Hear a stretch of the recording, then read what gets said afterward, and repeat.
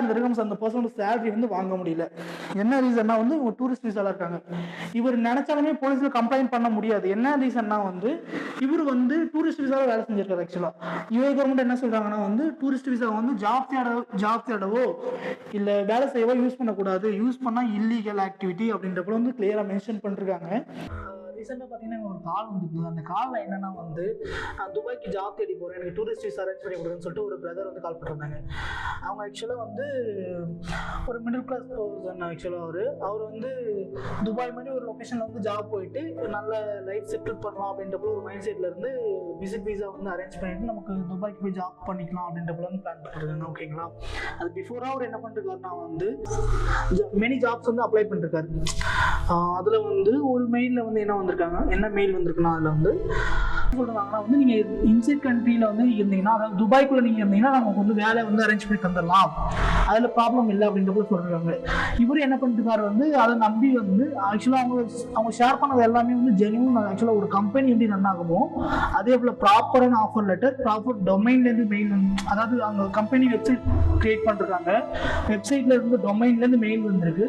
அதை ட்ரஸ்ட் பண்ணி இவர் வந்து ரியலான கம்பெனி அப்படின்றப்ப வந்து பிளான் பண்ணி இவர் வந்து துபாய்க்கு வந்து போகணும்னு சொல்லிட்டு எங்கள்கிட்ட விசா எடுத்து வந்துருந்தாங்க. விசா எங்கள் சைடில் ப்ராசஸ் பண்ணி கொடுத்து ஃப்ளைட் டிக்கெட், ரூம் அரேஞ்ச்மெண்ட்ஸ் எல்லாமே நாங்கள் வந்து ப்ரொவைட் பண்ணியிருந்தோம். அதுக்கப்புறம் வந்து ஆஃப்டர் சம் டைம் வந்து அந்த பர்சன் வந்து இன்டர்வியூக்கு போகிறோம்னு சொல்லிட்டு லாஸ்ட் அவர் அப்டேட் கொடுத்துருந்தாங்க. அதோட நாங்கள் வந்து 20 days ஆச்சு, அது வரையும் வந்து இது கான்டாக்ட் இல்லை அவங்ககிட்ட. நாங்கள் எங்கள் ட்ராவல் ஏஜென்சி சைட்லேருந்து என்ன அப்டேட், ஜாப் கிடச்சிச்சா, என்ன ப்ராசஸ் போயிட்டு அப்படின்றப்போ நாங்கள் ரீகன்ஃபார்ம் பண்ணுறதுக்காக அந்த பர்சன் கால் பண்ணப்போ வந்து அவர் என்ன சொன்னார்னா வந்து இது டோட்டலி ஸ்கேம் டீம் போல பிரதர், ஆக்சுவலாக என்னை ஏமாத்திட்டாங்க அப்படின்ற போது சொன்னாங்க.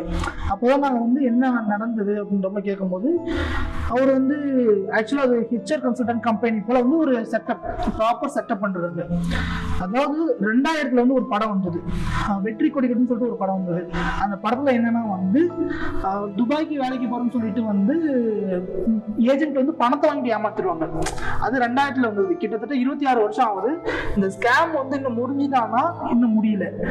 டைமுக்கு ஏற்றபடி வந்து இந்த ஸ்கேம், இந்த டெக்னாலஜி வளர்றது மாதிரி வந்து இந்த போலி ஏஜென்ட்டும் இந்த எப்படி வந்து ஒரு ஹெச்ஆர் கன்சல்டன்ட் வந்து ரன் ஆகுமோ அதே போல வந்து ஃபுல் செட்டப் வந்துட்டு.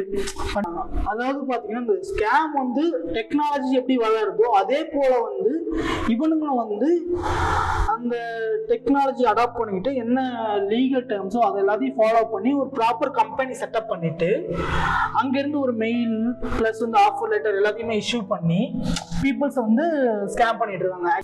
அதாவது பார்த்தீங்கன்னா not only Dubai, United Arab எமிரேட்ஸ்னு இல்லாமல் வந்து நீங்கள் ஒரு கண்ட்ரிக்கு வந்து போறீங்கன்னா வந்து அந்த கண்ட்ரியோட ரூல்ஸ் அண்ட் ரெகுலேஷன் கண்டிப்பாக நீங்கள் படிச்சே ஆகணும். அந்த கண்ட்ரிக்கு போயிட்டு நீங்கள் வந்து ஏதாவது உங்களுக்கு அஃபென்ஸ் ஏதாவது பண்ணிட்டு இல்லை இது எனக்கு தெரியாதா அப்படின்னு சொன்னாலும் வந்து அவங்க விட மாட்டாங்க. அதுக்கு என்ன பண்ணாட்டு இது கண்டிப்பாக பே பண்ணி ஆகும். இன்னொரு பர்சன் ஸ்கேம் பண்ணப்பட்டிருக்காரு. ஏன் இதை இப்போ நான் இப்போ மென்ஷன் பண்ணுறேன்னா வந்து இன்னொரு பர்சன் ஸ்கேம் பண்ணப்பட்டிருக்காரு. அவர் என்ன எப்படி ஸ்கேம் ஆனான்னு சொல்லிட்டு இந்த வீடியோ எண்டில் நான் சொல்கிறேன். என்ன நடந்ததுன்னா வந்து ஃபர்ஸ்ட் நாள் இவர் வந்து துபாயில் என்டர் ஆகிட்டு செகண்ட் நாள் வந்து அந்த கம்பெனி போய் விசிட் பண்ணுறாரு. அப்போ அந்த கம்பெனியில் என்ன சொல்கிறாங்கன்னா வந்து உங்களுக்கு விசா ப்ராசஸ் ஸ்டார்ட் பண்ணணும், நீங்கள் ஒரு 100 dirham அதாவது 100 dirham வந்து பணம் கட்ட சொல்கிறாங்க. அந்த பர்சனை வந்து அந்த பர்சனும் விசா ப்ராசஸ் பண்ணுறதுக்கு தானே கேட்குறாங்க அப்படின்னு சொல்லிட்டு 100 dirham பே பண்ணிட்டாங்க. ஆக்சுவலாக இங்கே இந்த இடத்துல வந்து நீங்கள் ஒரு விஷயத்தை புரிஞ்சுக்கணும். யுஏஇ கவர்மெண்ட் வந்து என்ன சொல்கிறாங்கன்னா வந்து ஒரு பர்சனுக்கு விசா ப்ராசஸ் பண்ணணும்னா வந்து அந்த விசாவோட அமௌண்ட் வந்து கண்டிப்பாக வந்து எம்ப்ளாயர் தான் ப்ரொவைட் பண்ணணும். அந்த எம்ப்ளாயி வந்து ப்ரொவைட் பண்ண வேண்டாம். அந்த எம்ப்ளாயர், அதாவது உங்களுக்கு யார் வேலை தராங்களோ அவங்க தான் அந்த அமௌண்ட்டை பே பண்ணணும். எக்காரணத்துக்கு கொண்டு நீங்கள் இப்போ புதுசாக ஏதாவது போறீங்க, உங்ககிட்ட ஏதாவது அமௌண்ட் கேட்குறாங்கன்னா நீங்கள் கொடுக்கணும்னு அவசியம் இல்லை. யுஏஇ கவர்மெண்ட் என்ன சொல்கிறாங்கன்னா வந்து யார் உங்களுக்கு விசா ப்ராசஸ் பண்ணுறாங்களோ உங்களுக்கு வேலை யார் தராங்களோ அவங்க தான் ஃபுல் அமௌண்ட்டையும் வந்து செலவு அவங்க தான் பார்த்துக்கணும் அப்படின்றப்ப சொல்கிறாங்க. இதுக்காக தான் சொல்கிறது யுஏஇ கவர்மெண்ட் வந்து நாட் ஓன்லி யுஏஇ கவர்மெண்ட், எந்த கண்ட்ரிக்கு நீங்கள் போகிறதுனாலும் அந்த கண்ட்ரியோட ரூல்ஸ் அண்ட் ரெகுலேஷன் என்னன்னு சொல்லிட்டு படிச்சுட்டு போங்க. வந்து ஒரு 1 or 2 daysக்கு அப்புறம் வாங்க அப்படின்ற போல அப்டேட் பண்ணுறாங்க. இந்த பர்சன் வந்து 1 or 2 days வந்து ரூமில் ஸ்டே பண்ணுறாரு. ஸ்டே பண்ணிட்டு மறுபடியும் ரிட்டர்ன் பேக் அங்கே போகும்போது என்ன நடக்குதுன்னா என்னாச்சு, 1 or 2 days வந்து ரூம்ல ஸ்டே பண்ணிட்டு அவங்க மறுபடியும் அந்த ஏஜென்சியை பார்க்க போறாரு. ஏஜென்சியை பார்க்க போகும்போது அவர் என்ன சொல்றாங்கன்னா வந்து ரைட் நோ இப்போ எங்கள் கம்பெனியில் வந்து வேகன்சி இல்லை, பட் ஆனால் நான் உங்களுக்கு வந்து வேற கம்பெனியில் வந்து ஜாப் அரேஞ்ச் பண்ணி தரோம் அப்படின்ற போல சொல்லிட்டு அந்த பர்சனுக்கு வந்து வேற கம்பெனில வந்து வாங்கி தரதுக்காக வந்து ஒரு அமௌண்ட் கேட்குறாங்க. அதாவது இன்டர்வியூ ஸ்கெடியூல் பண்ணுறது ஒரு அமௌண்ட் கேட்குறாங்க அந்த பர்சன்ட்ட. இவரை வந்து ஒரு 300 dirhams வந்து பே பண்ணிருக்காரு. 300 dirhams பே பண்ணிட்டு இதோட 400 dirhams டோட்டலாக வந்து கணக்கு ஆல்ரெடி பே பண்ணியிருக்காரு. அது இல்லாமல் வந்து ஒரு 300 dirhams வந்து கேட்டிருக்காங்க அவர்கிட்ட.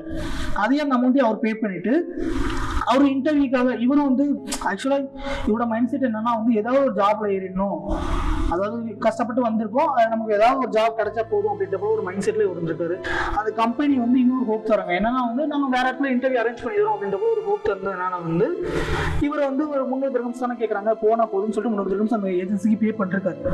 அவங்க என்ன பண்றாங்கன்னா வந்து ஒரு இன்டர்வியூ அதே போல வேற ஒரு லொகேஷன் கொடுத்துட்டு இந்த இடத்துல இன்டர்வியூ நடக்குது, நீங்க அங்க போயிட்டு அட்டன் பண்ணுங்க, அட்டன் பண்ணிட்டு செலக்ட் ஆகிட்டீங்கன்னா அவங்க நெக்ஸ்ட் அவங்க விசா ப்ராசஸ் எல்லாம் பார்த்துப்பாங்க அப்படின்ற போல வந்து அவரை வந்து ஹோப் கொடுத்து அந்த இடத்துக்கு போக வச்சிருக்காங்க. இவர் என்ன பண்ணாருன்னா அந்த இன்டர்வியூ லொகேஷன் போயிட்டு அந்த இன்டர்வியூ அட்டன் பண்றாரு. இன்டர்வியூல வந்து இன்டர்வியூ எல்லாம் செலக்ட் ஆயிட்டு ஓகே எல்லாம் முடிஞ்சுது. அப்போ நெக்ஸ்ட் ஸ்டெப் வந்து என்னன்னா வந்து விசா, அதாவது அந்த கம்பெனிக்கு வந்து விசா ப்ராசஸ் பண்றதுக்கு ஒரு டெர்ம்ஸ் அண்ட் கண்டிஷன் போல வச்சிருக்காங்க. அவங்க என்ன சொல்றாங்கன்னா வந்து நீங்க வந்து எங்களுக்கு வந்து பாஸ்போர்ட் வந்து ஹேண்ட் ஓவர் கொடுக்கணும் அப்படின்ற போல சொல்றாங்க. அதாவது யூஏ ரூல் என்ன சொல்றாங்கன்னா வந்து எந்த ஒரு எம்ப்ளாயரும் எந்த ஒரு வேலை கொடுக்குறவங்களும் வந்து, அதாவது உங்களுக்கு வேலை கொடுக்குற யாருமே வந்து உங்களோட பாஸ்போர்ட் வந்து ஹோல்ட் பண்றதுக்கு ரைட்ஸ் கிடையாது அவங்களுக்கு. ஆக்சுவலா அவர் வந்து வேணாம்னு சொல்றாரு. ஆஃப்டர் சம் டைம் தான் இவருக்கு ஒரு விஷயம் புரிய வருது, என்னன்னா வந்து அந்த வேலைக்கு இன்டர்வியூ அரேஞ்ச் பண்ணி கொடுத்தாங்கல்ல, அவங்களும் இவங்களும் ஒரே வந்து ஒரே டீம் தான் போல. ஆக்சுவலா நான் இது போல ஒரு ஆளை அனுப்பி விடுறேன், நான் உங்களுக்கு இன்டர்வியூ அனுப்பி விடுறேன், நீ அவரை வந்து இந்த மாதிரி பேசிக் கொஸ்டின்ஸ் கேட்டுட்டு அவர் வந்து, அதாவது உங்ககிட்ட இருந்து அவர் வந்து வேண்டாம், உங்க வாயிலே வந்து எனக்கு இந்த ஜாப் வேண்டாம் அப்படின்னு சொல்ல வைக்கிற அளவுக்கு வந்து உங்களை வந்து டெர்ம்ஸ் அண்ட் கண்டிஷன் அப்ளை சொல்லி அவங்கள வந்து வேண்டாம்னு சொல்லிட்டு ஒத்துக்க வைக்கிறது தான் அவங்களோட வந்து ஃபுல் டைம், அதாவது அந்த ஒர்க்கே அதுக்காக தான் நடக்குது. அதாவது இந்த இன்டர்வியூ அரேஞ்ச் பண்ணவரும் ஒரே டீம் தான், இந்த இன்டர்வியூ எடுத்தவரும் ஒரே டீம் தான், புரியுதுங்களா? ஆனால் பட் வேற லொகேஷன்ல இது நடந்தது ஃபுல்லாவே. அந்த இடத்துல என்ன நடந்ததுன்னா வந்து உங்க வாயாலே வந்து இது எனக்கு வேண்டாம் அப்படின்னு சொல்ல வைக்கிற நிலைமைக்கு வந்து ஆயிடுது. பாத்தீங்கன்னா வந்து அவருக்கு வந்து இன்டர்வியூ ஸ்கெடியூல் பண்றாங்க அந்த டீம்ல இருந்து. இன்டர்வியூ வந்து எங்க இருக்குன்னா வந்து அவங்க இருக்கிறது கொஞ்சம் லொகேஷன் கொஞ்சம் தூரம் வந்து அரேஞ்ச் பண்ணி தந்திருக்காங்க. இந்த பர்சன் வந்து என்ன பண்ணிருக்காங்கன்னா அந்த இன்டர்வியூக்கு போயிருக்காரு. இன்டர்வியூ போயிட்டு இன்டர்வியூல வந்து கிளியர் பண்ணிருக்காங்க. சேலரி வந்து 1200 dirhams 1200 dirhams வந்து சேலரி சொல்றாங்க.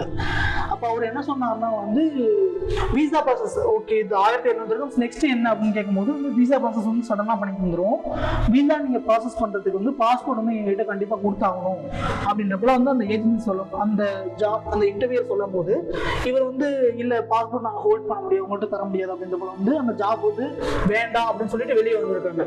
மறுபடியும் அந்த இன்டர்வியூ அரேஞ்ச் பண்ணி கொடுத்தவங்கள்ட்ட வந்து போறாங்க, எனக்கு இந்த ஜாப் பிடிக்கல, வேற எங்க இன்டர்வியூ எனக்கு ரெடி பண்ணி கொடுங்க அப்படின்ற கூட அகைன் வந்து அந்த ஏஜென்சிட்ட அந்த ஹெச்ஆர் கன்சல்டன் அந்த ஸ்கேம் டீம்கிட்ட மறுபடியும் போயிட்டு இவர் நிற்கிறாரு. அவங்க என்ன பண்றாங்கன்னா மறுபடியும் நான் உங்களுக்கு இன்டர்வியூ நான் அரேஞ்ச் பண்ணி தரேன், அகைன் வந்து 300 dirhams வந்து பே பண்ணுங்க, வேற ஒரு பொசிஷன்ல ஜாப் இருக்கு அப்படின்ற போல சொல்லிட்டு மறுபடியும் ஒரு 300 dirhams கேட்கறாங்க. இவரை வந்து 300 dirhams பே பண்றாரு. பே பண்ணிட்டு என்ன நடந்ததுன்னா வந்து அடுத்த ஒரு லொகேஷன் வேற ஒரு டிஃப்ரெண்ட் லொகேஷன் வந்து அரேஞ்ச்மெண்ட் ஆகிருக்காரு. இவர் அந்த லொகேஷன் போறாரு. அதே சேம் இங்க என்ன நடந்ததோ, இந்த ஃபர்ஸ்ட் இடத்துல இன்டர்வியூ பண்ண இடத்துல என்ன நடந்ததோ அதே சேம் திங் வந்து செகண்ட் இடத்துல நடந்திருக்கு. அதே போல வந்து இன்டர்வியூ ஸ்கெடியூல் பண்றாங்க. இன்டர்வியூ எல்லாம் ஓகே இருக்கு. சேலரி வந்து 1500 dirhams பிளஸ் விசா ப்ராசஸ் பண்ணும்போது அதே சேம் டேர்ம்ஸ் அண்ட் கண்டிஷன் சொல்லியிருக்காங்க. இதெல்லாம் இருக்கு அப்படின்ற போல வந்து சொல்லி அந்த பர்சனை வந்து அவர் வாயாலேயே வந்து ஒத்துக்க வைக்கிறாங்க. எனக்கு இந்த ஜாப் வேண்டாம், இல்லை எனக்கு இந்த டேர்ம்ஸ் அண்ட் கண்டிஷன்லாம் நான் ஃபாலோ பண்ண முடியாது, வேண்டாம் எனக்கு அப்படின்னு சொல்லிட்டு அவர் வாயாலேயே வந்து வேண்டாம்னு சொல்லிட்டு வெளியே வர வச்சிருக்காங்க. புரியுதுங்களா? ஆக்சுவலாக ஆஃப்டர் சம்டைம் தான் இவர் வந்து ஒரு விஷயத்தை வந்து புரிஞ்சுக்கிறாரு. இந்த இன்டர்வியூ ஸ்கெடியூல் பண்ண டீமும் இன்டர்வியூரும் எல்லாமே ஒரே டீம் தான். இது ஆக்சுவலா பிளான் பண்ணி இவங்க வந்து ஸ்கேம் பண்ணணும்னு சொல்லிட்டு பிளான் பண்ணி இது பண்ணிருக்காங்க. என்னடாச்சு டோட்டலா வந்து அந்த இன்டர்வியூ அரேஞ்ச் பண்ணவரும் ஒரே டீம், இன்டர்வியூ எடுத்த ஒரு டிஃப்ரெண்ட் லொகேஷன்ல இருந்து எல்லாமே ஒரே டீம் தான். இவங்க ஒர்க் பண்றது எல்லாமே ஒரே டீம் தான். ஓகே, புரியுதுங்களா? அது இப்படி எல்லாம் பிளான் பண்ணி வந்து ஸ்கேம் பண்ணிருக்காங்க அந்த பர்சனை. அவர் வந்து ஆஃப்டர் சம் டைம் தான் வந்து அவருக்கு புரிய வருது. என்ன நடந்ததுன்னா வந்து அந்த பர்சன் வந்து மறுபடியும் வந்து அந்த இன்டர்வியூ அரேஞ்ச் பண்ணியிருந்தாங்க. அதாவது அந்த ஹெச்ஆர் கன்சல்டன்ட்கே போகிறாரு. போயிட்டு என்ன சொல்கிறாருன்னா, எனக்கு என்னோட அமௌண்ட் ரீஃபண்ட் கொடுங்க, நீங்கள் உங்கள் ஜாப் எனக்கு தேவையில்லை, ரிட்டர்ன் பேக் நான் என்னோட ஹோம் கண்ட்ரிக்கு நான் போகிறேன் அப்படின்றப்போ சொல்லிட்டு அவர் அமௌண்ட் கேட்கும்போது என்ன சொன்னாங்கன்னா, உங்களுக்கு நாங்கள் ப்ராப்பரான இன்டர்வியூ அரேஞ்ச் பண்ணி தந்தோம், நீங்கள் தான் ஆக்சுவலாக வந்து அந்த இன்டர்வியூ வந்து யூட்டிலைஸ் பண்ணிக்கல, அதாவது நீங்கள் வந்து அந்த ஆஃபர் அக்செப்ட் பண்ணல, எங்கள் சைடில் நாங்கள் கரெக்டாக தான் ஒர்க் பண்ணிருக்கோம், அதுக்கான சர்வீஸ் சார்ஜஸ் தான் இது அப்படின்றப்போ வந்து அந்த பர்சன் வந்து அப்டேட் பண்ணிருக்காங்க. ஆக்சுவலாக அந்த இடத்துல என்ன நடந்ததுன்னா வந்து இதே வந்து ஒரு அந்த டீம் ஆக்சுவலாக என்ன பண்ணுறாங்கன்னா இதே ஒரு ஒர்க்காக வச்சு நடந்துட்டு இருக்காங்க.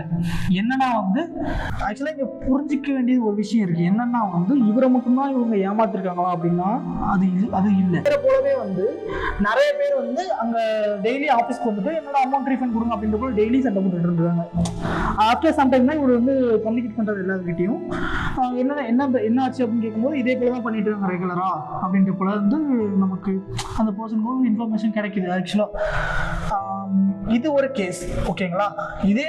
இது ஒரு டைப் ஆஃப் ஸ்கேம். இப்போ செகண்ட் வந்து இன்னொரு பர்சன் வந்து நம்மகிட்ட 2 month வீசா வேணும் அப்படின்னு கூட சொல்லிருக்காரு, ஓகேங்களா. 2 month வீசா வேணும்னு சொல்லிட்டு ரிக்வெஸ்ட் பண்ணி ஒருத்தர் வந்து கேட்டிருந்தாரு. அவரோட ப்ரொஃபஷன் பார்த்தீங்கன்னா வந்து ஹேர் கட்டிங். ஆக்சுவலாக அவருக்கு என்னன்னா வந்து டூரிஸ்ட் வீசா 2 month வீசா வேணும்னு சொல்லிட்டு அதை கேட்டிருந்தாங்க. நாங்கள் எங்கள் சைடில் வந்து இந்த பாகிஸ்தானி நேஷனாலிட்டி தான் ஆக்சுவலாக அவர் வேலை எடுத்த இடம் யாருன்னு வேலை கொடுத்தவர் யாருன்னா வந்து ஒரு பாகிஸ்தான்காரர் அவர், ஓகேங்களா. அவரோட ஓனர் வந்து பாகிஸ்தான்காரர். அவர் வந்து வீசா ப்ராசஸ் வந்து எப்போ பண்ணி தெரியாமல் சொல்லி கேட்டதுக்கு வந்து ஒரு கம்பெனி லெட்டர் ஹெட்ல வந்து ஒரு ஆஃபர் லெட்டர் அரேஞ்ச் பண்ணி தந்திருக்காரு. இதுதான் உங்களோட ஆஃபர் லெட்டர் அப்படின்றப்ப வந்து ஒர்க் பண்ண வச்சிருக்காங்க. ஃபர்ஸ்ட் மந்த் வந்து சேலரி கரெக்டாக கொடுத்துட்டாரு. 3000 dirham சேலரி அவரோடது. அந்த சேலரி வந்து கரெக்டாக வந்துருச்சு. செகண்ட் மந்த் வந்து ஒர்க் பண்ணிட்டு இருக்கும்போது அவர் வந்து ப்ரெஷர் பண்ணுறாரு, எனக்கு வீசா ப்ராசஸ் பண்ணி கொடுங்க அப்படின்னு சொல்லிட்டு அந்த கஸ்டமர் வந்து ப்ரெஷர் பண்றாரு. அப்போ அவர் வந்து என்ன சொல்றாருன்னா வந்து அந்த பாகிஸ்தானி ஓனர் வந்து என்ன சொல்றாருன்னா, இப்போதைக்கு என்கிட்ட வீசா கோட்டா வந்து இஷ்யூ இருக்கு, பிஸ்னஸ் லாஸ்ல போயிட்டு இருக்கு எனக்கு அப்படின்ற போல வந்து ஒரு அப்டேட் தராரு.